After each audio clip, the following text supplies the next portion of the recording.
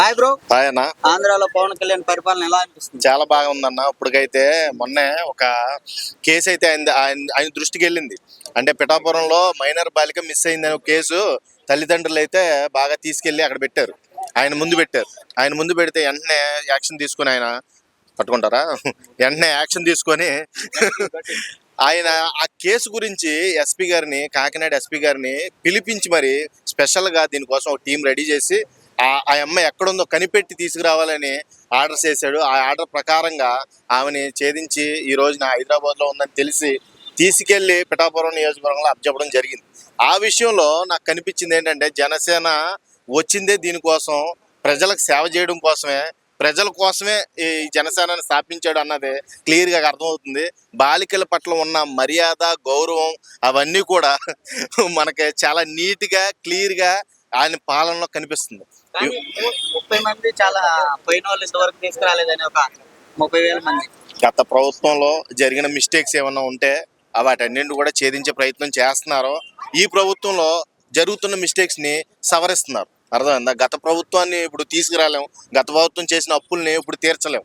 కాబట్టి కొంచెం కొంచెం కూడా దాని గురించి అవగాహన వచ్చేలాగా జనాలకు చేస్తున్నాడు. చేసే పనుల్లో న్యాయంగా ఉంది, న్యాయబద్ధమైన పరిపాలన ఉంది. పరిపాలన కంటే మించిన ఇంకా న్యాయం ఏం కావాలి? జనాలకు కావాల్సిన న్యాయం జరుగుతుందా లేదా అది చూసుకోవాలి ఫస్ట్. ఓకే, ఇదే ఇష్యూ మీద హోమ్ మినిస్టర్ పదవి నేను తీసుకుంటే వేరే ఉంటుందని కాంట్రవర్సీగా మాట్లాడారు. ఎస్, దానిపై మీరేమంటారు? అది నిజమే. ఇప్పుడు బాలికల పట్ల అఘాయిత్యాలు జరుగుతూ ఉంటే మీరు ఎందుకు అలాగా నిమ్మక నీరెత్తినట్టు ఉంటారో, ఎందుకు అలాగా అంటే చెవులు మూసుకొని కూర్చుంటారో, వీటి మీద మీరు స్పందించరా? కేసులు వేయరా? అలాంటి వాళ్ళని తీసుకొచ్చి లాకప్లో వేయరా? ఈ దీనికి ఇంత దారుణాలు జరుగుతుంటే మీరు కుల మతాల వ్యత్యాసాలు చూస్తారు ఎందుకు? కులం అవసరమా ఈ టైంలో? వాళ్ళకి న్యాయం జరిగేది ఏమన్నా జరిగేలా చేయాలి. కానీ మీరు ఆ పదవిలో ఉండి ఏం తీసుకుంటున్నారు, ఏం జాగ్రత్తలు తీసుకుంటున్నారో మీరు ఎందుకు పట్టించుకోవట్లేదు అని ఆయన ఫైర్ అయ్యాడు. అది న్యాయబద్ధంగానే ఉంది. ఇప్పుడు ఒకవేళ మీరు గనక సమగ్రంగా పరిపాలన చేయలేకపోతే హోంశాఖలో ఉండి నేను తీసుకోవాల్సి వస్తుంది. నేను తీసుకుంటే మరో ఉత్తరప్రదేశ్ సీఎం యోగి ఆదిత్యనాథ్ లాగా బిహేవ్ చేయవలసి వస్తుంది. అంటే ఆయన మెయిన్ రోల్ ఏంటి? యోగి గారి మెయిన్ రోల్ క్రిమినల్స్ అందరూ కూడా ఏరి పారేస్తాడనమాట.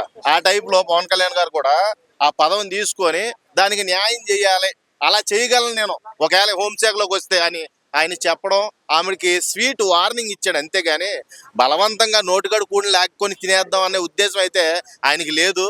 హోంశాఖలోకి నేను వస్తే పరిస్థితులు వేరేగా ఉంటాయి అని చెప్పడమే ఆయన ఉద్దేశం. కానీ ఇక్కడ ఒక పాయింట్ అంటే కూటమి ప్రభుత్వాన్ని టీడీపీ ఉంది కదా, దాన్ని తక్కువ చేసి జనసేనని కొంచెం పాపులర్ చేసుకోవడానికి వాడేది. ఇప్పుడు కూటమి అన్నప్పుడు ఒకదాన్ని తక్కువ చేయడం, ఒకదాన్ని ఎక్కువ చేయడం ఏమి ఉండదు అయ్యా. ఇప్పుడు కూటమి ఎప్పుడు కూడా సమగ్రంగా ఉంటది అని ఆయనే చెప్పాడు ఆయన నోటితో. కూటమిలో ఎటువంటి విభేదాలు రావు, ఇది ఎప్పటికీ ఫిక్స్ గా ఉంటది.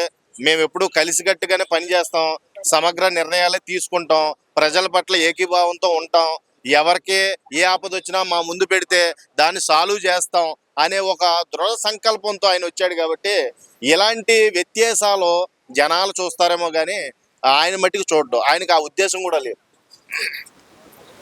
ఓకే అండి, ఇప్పుడు అసెంబ్లీ జరుగుతుంది, జగన్ గారు రాలేదు. ఓకే, జగన్ గారు అసెంబ్లీ బడ్జెట్ సమావేశం జరుగుతున్నప్పుడు రాలేదు. సంథింగ్ అక్కడ ఎందుకు రాలేదు అంటే, ఇప్పుడు వైనాట్ 175 నుంచి 11కి పరిమితం అయినప్పుడు ఆయనకి రావాలని ఇంట్రెస్ట్ రావాలి కదా ఫస్ట్.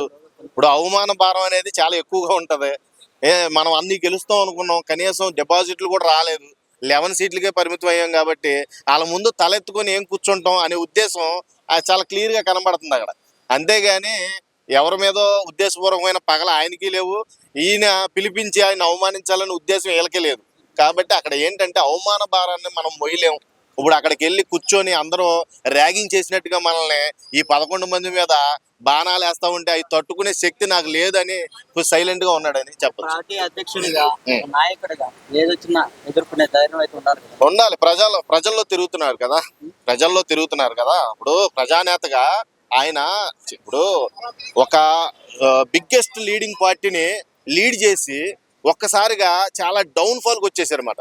డౌన్ ఫాల్కి వచ్చేసినప్పుడు ఒక్కసారిగా పుంజుకోలేడు, ఆ అవమానాన్ని తట్టుకోలేడు అన్నమాట. తట్టుకోలేక ఏం చేస్తున్నాడంటే, ఇప్పుడు ఆయన రాకపోవడానికి మెయిన్ ఉద్దేశం అదే.